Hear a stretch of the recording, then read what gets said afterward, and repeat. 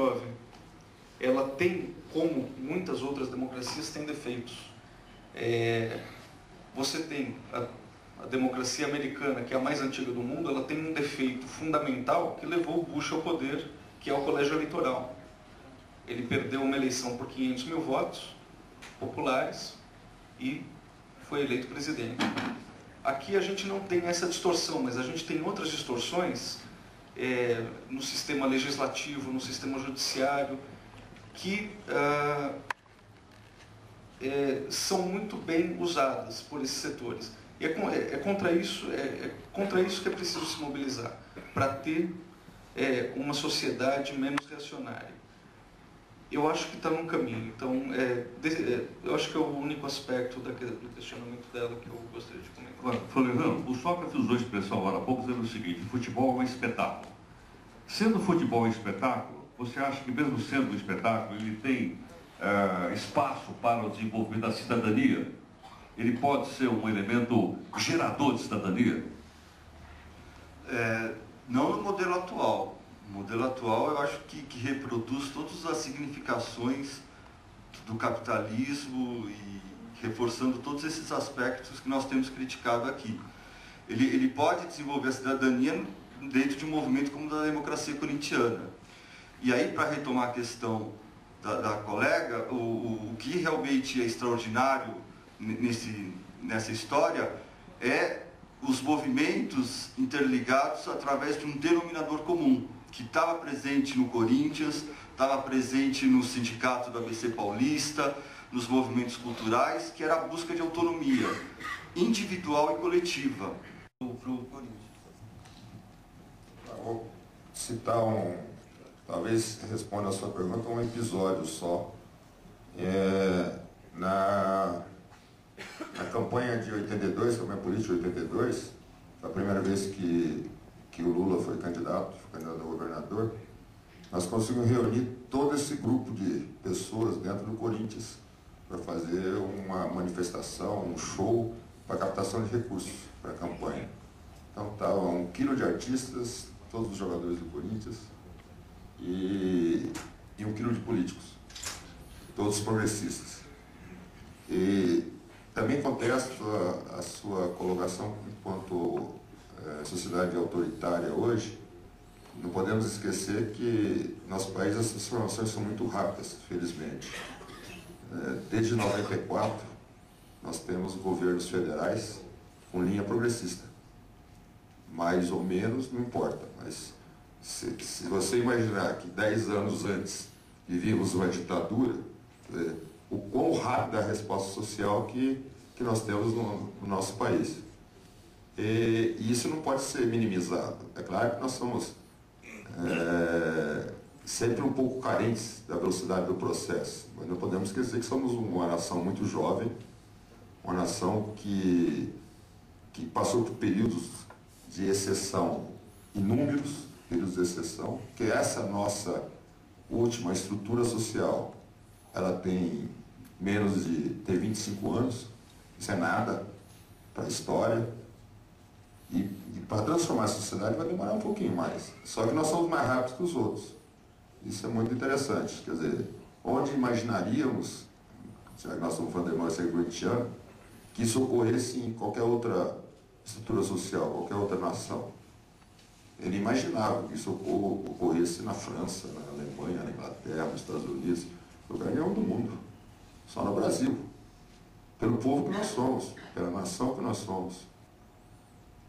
E que eu chamo de civilização, como pregava Darcy Ribeiro. É a nova civilização. Nós vamos ser uma nação de referência daqui a muito pouco tempo. Agora depende muito da gente. O poder, a velocidade de transformação depende de cada um de nós. Quem vai fazer a pergunta? Onde está o microfone? Ok, por favor. Bom dia, meu nome é Demis. Acho que a principal diferença com vocês aqui é que eu sou um cubano corintiano. Não sei se tem mais cubanos aqui, minha mãe estava aqui, mas saiu. Eu sou um corintiano quase cubano.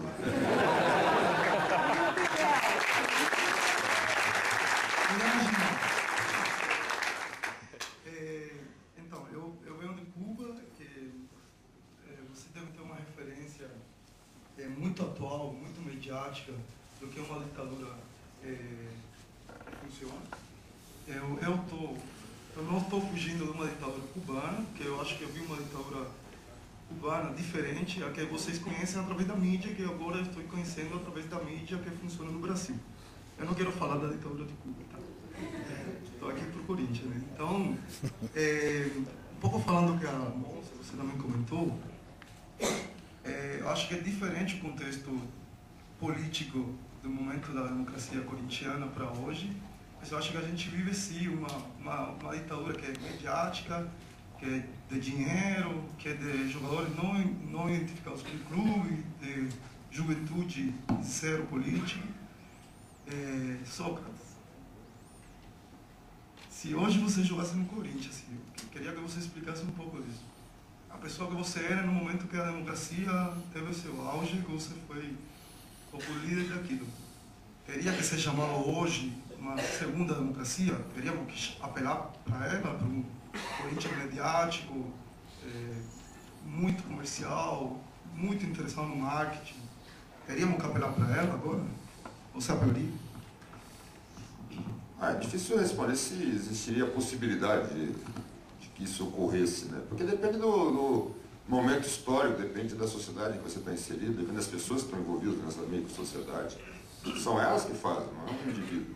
São as pessoas da sociedade que constroem o caminho que pretendem. É difícil precisar isso, mas se tivéssemos as mesmas pessoas, as mesmas características, hoje seria igual. Não há incompatibilidade entre a questão capitalista com a ação social de convivência humana. É óbvio que a gente está falando de estruturas sociais, como nós estamos falando de democracia, né? Pra caramba, num país como o nosso, nós temos hoje uma democracia, que eu considero uma falsa democracia, porque ela não é nem democracia econômica, nem democracia social.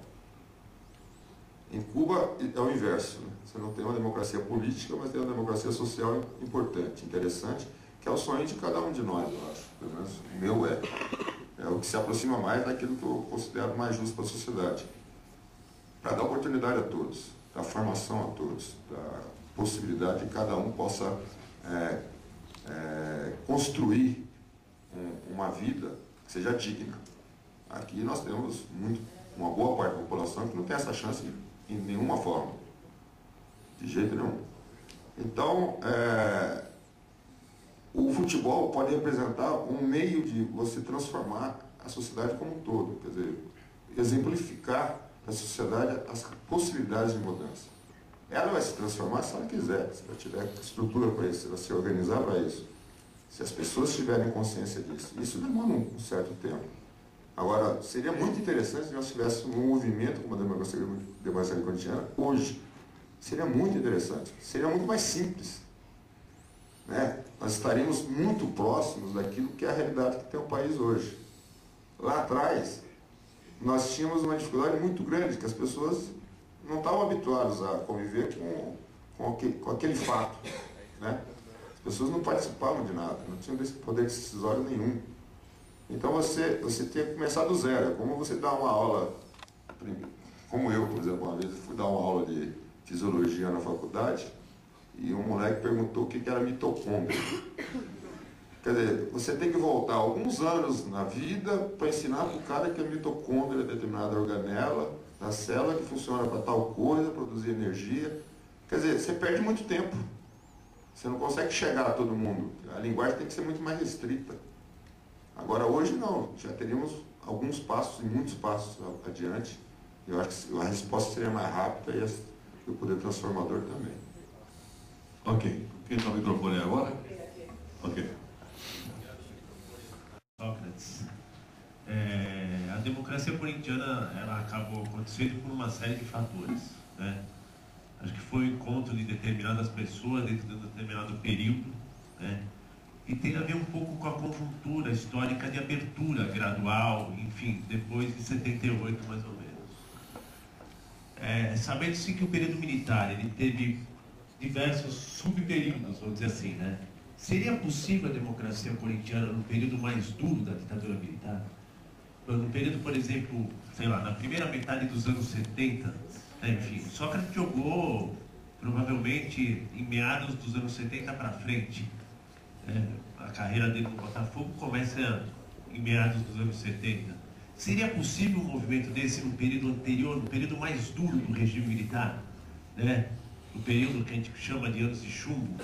A conjuntura histórica de abertura favoreceu a um movimento como a democracia corintiana? Mais ou menos isso. Possivelmente sim, depende da época exata, né? Quer dizer, em 69 nós tínhamos um técnico de seleção brasileira que era um comunista declarado, o João Saldanha. Quer dizer, por que ele foi levado à seleção? Por causa do AI-5. Uma das causas principais foi o AI-5. Quer dizer, depende do processo, depende do momento histórico, daquele segmento de tempo que poderia permitir ou não ter reação maior ou menor. Porque o regime fechado, ele é muito instável, ele é muito inseguro também. Porque quem detém muito poder é porque tem insegurança. Né? Tem insegurança. Então ele trabalha de acordo com o viés de resposta da sociedade. Em alguns períodos ele se fecha mais, ele usa o poder que tem, como o caso do fechamento do Congresso em 68. Logo depois ele tem que abrir um pouquinho, né, para ter algum tipo de equilíbrio, ter uma resposta um pouco mais positiva à sociedade. Então, é quase uma balança isso. É quase uma balança. Até chega um momento que ele se extingue, né, se exaure e desaparece. Mas temos que estar atentos o tempo todo, porque a tendência sempre é de volta. Quer dizer, você pega na Argentina, a coisa foi muito mais bem preparada do que aqui. Em 74... um ano antes do golpe que derrubou a Isabelita, derrubou não, acho que ela foi conivente com ele, inclusive, já existiam ações militares claras contra movimentos organizados, né, de pessoas de menos poder. Um ano antes. Aqui não, aqui o golpe foi de um dia para o outro, e aí as coisas começaram a ser determinadas sem muita organização, sem muita previsão, muito planejamento. Eu acho que depende muito da época, mas caberia sim, porque muito pouca gente tem coragem de mexer com o futebol. O futebol é muito forte nesse país. Quer dizer, é uma reação, por isso que eu falei logo de início.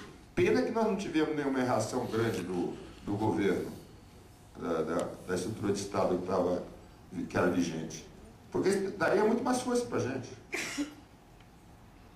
Aí saberíamos até onde poderíamos chegar, sem dúvida alguma. Agora, só para dizer, o futebol também não serviu à ditadura? Não foi a ditadura que transformou o futebol regional no futebol nacional e até utilizou esse futebol na sua campanha para frente do Brasil, ninguém segura esse país, etc.? O futebol é a instituição mais política desse país. Atinge todos nós. Não tem quem que não, de alguma forma, esteja próximo do futebol. Mesmo quem não entende nada de futebol, de alguma forma está sendo tocado por ele, pelo vizinho, pelo marido, pelo filho, sei lá quem. É a instituição mais política do país.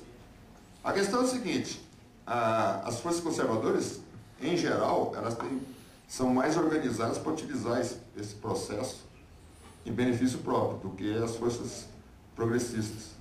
São muito mais difusas, né? São muito mais individualistas, acredito eu.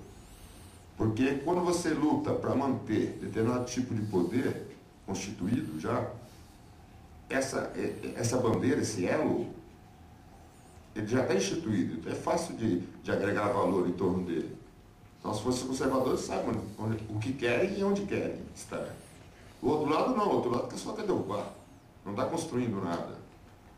E se eles soubessem utilizar o futebol como elo, como bandeira, como nós fizemos na democracia corintiana, aí sim teríamos um confronto muito legal, muito interessante, sobre o mesmo prisma, para transformar a sociedade. O confronto tem que ter, o debate tem que ter.